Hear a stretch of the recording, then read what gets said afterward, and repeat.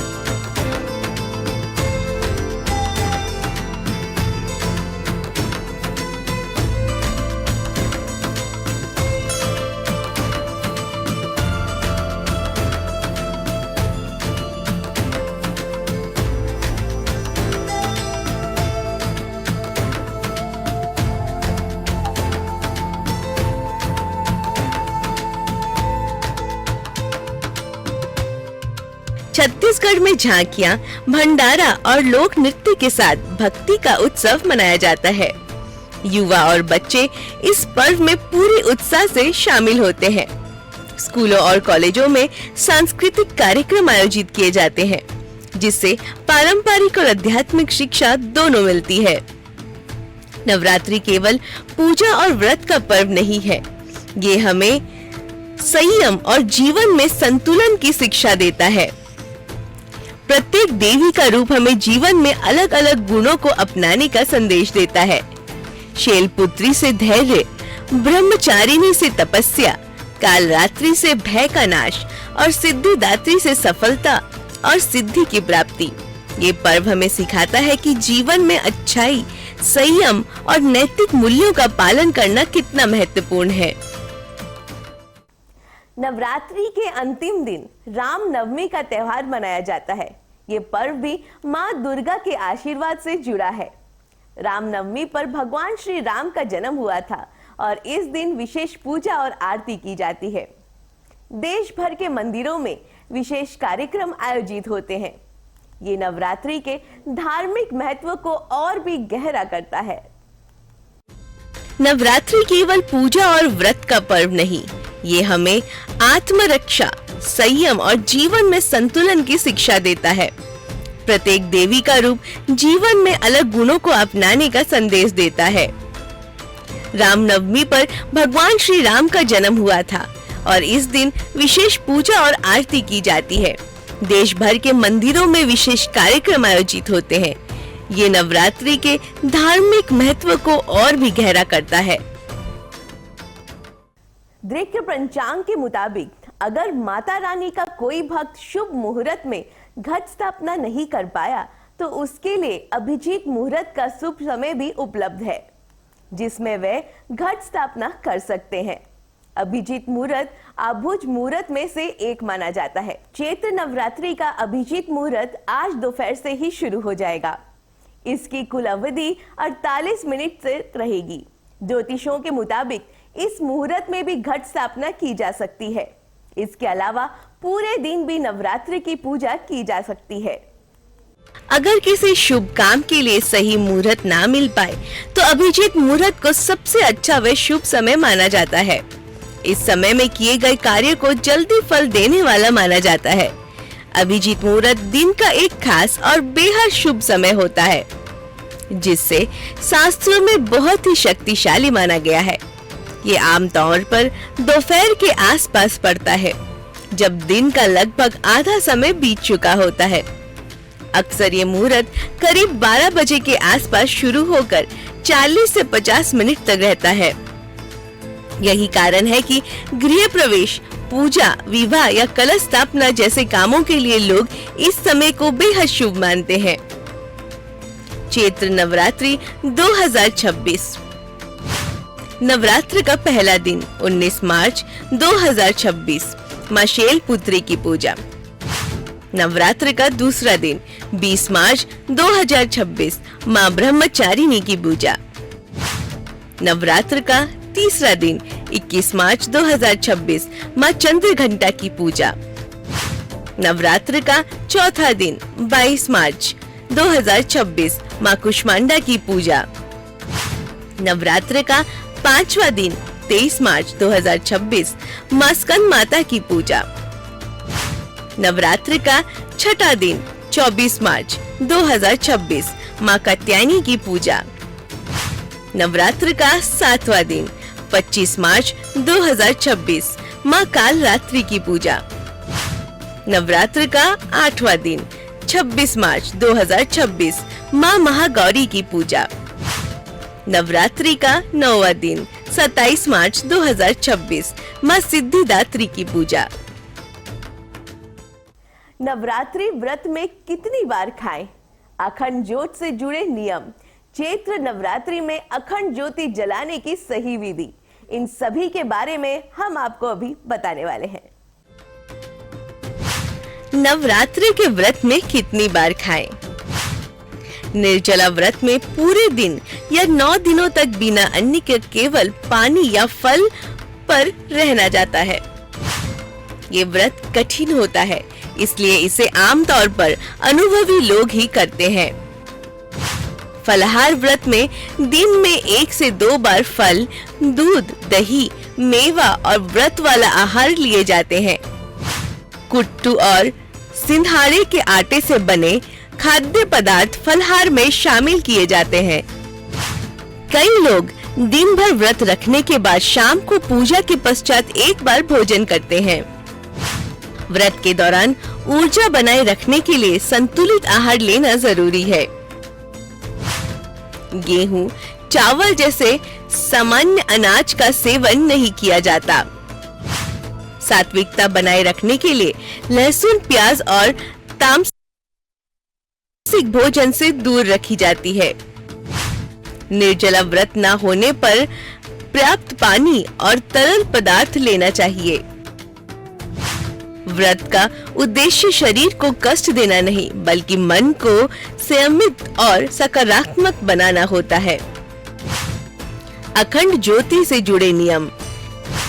दीपक जलाते समय शुभ करोरित कल्याणम मंत्र का उच्चारण करना शुभ माना जाता है।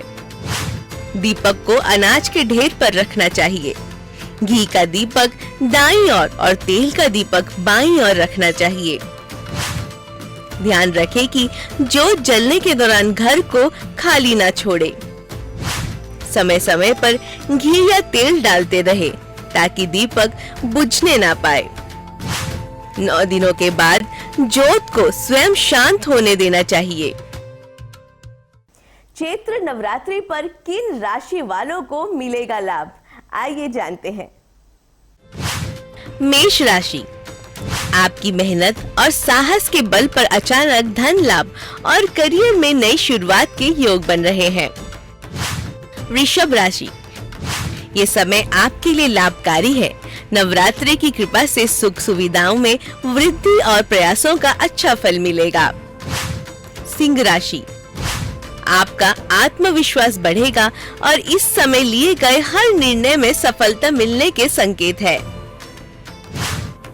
कन्या राशि, किसी खास व्यक्ति से मुलाकात और परिवार के साथ समय बिताने से आपको मानसिक सुकून मिलेगा।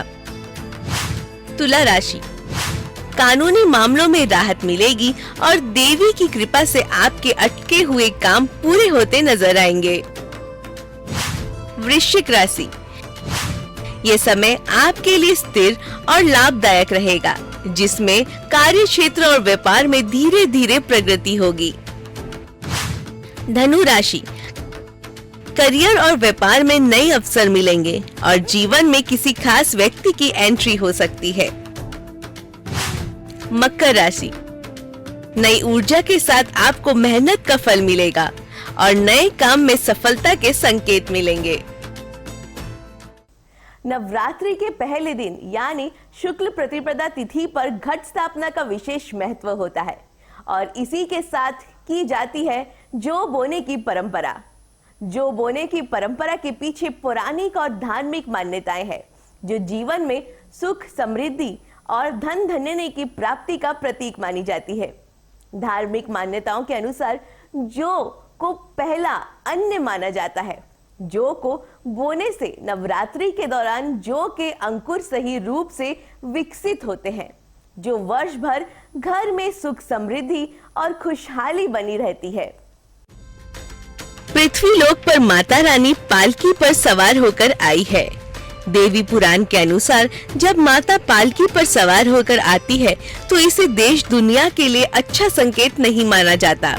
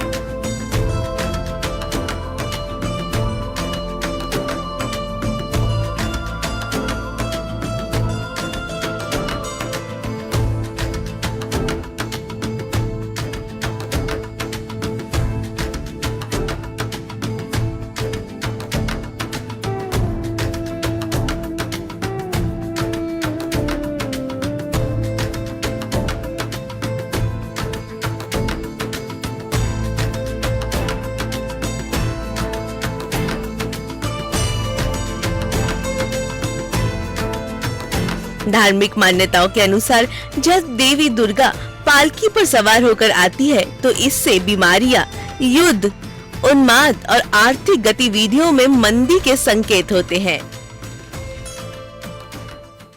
नवरात्रि का पर्व केवल भक्ति का प्रतीक नहीं, बल्कि जीवन में सकारात्मक बदलाव लाने का अवसर है। माँ दुर्गा का 9 रूपों में दर्शन व्रत और पूजा हमें सिखाते हैं कि जीवन में संयम, साहस, धर्म और शक्ति का पालन कैसे किया जाए। ये पर्व हमें याद दिलाता है कि बुराई के खिलाफ अच्छाई की जीत हमेशा होती है। इस नवरात्रि आइए हम सभी अपने जीवन में सच्चाई, धैर्य और कर्तव्य का मार्ग अपनाने का संकल्प ले। आप सभी को चैत्र नवरात्रि की हार्दिक शुभकामनाएं। जय माता की। बाकी देश और दुनिया की खबरों के लिए देखते रहिए TV 24। तब तक के लिए नमस्कार।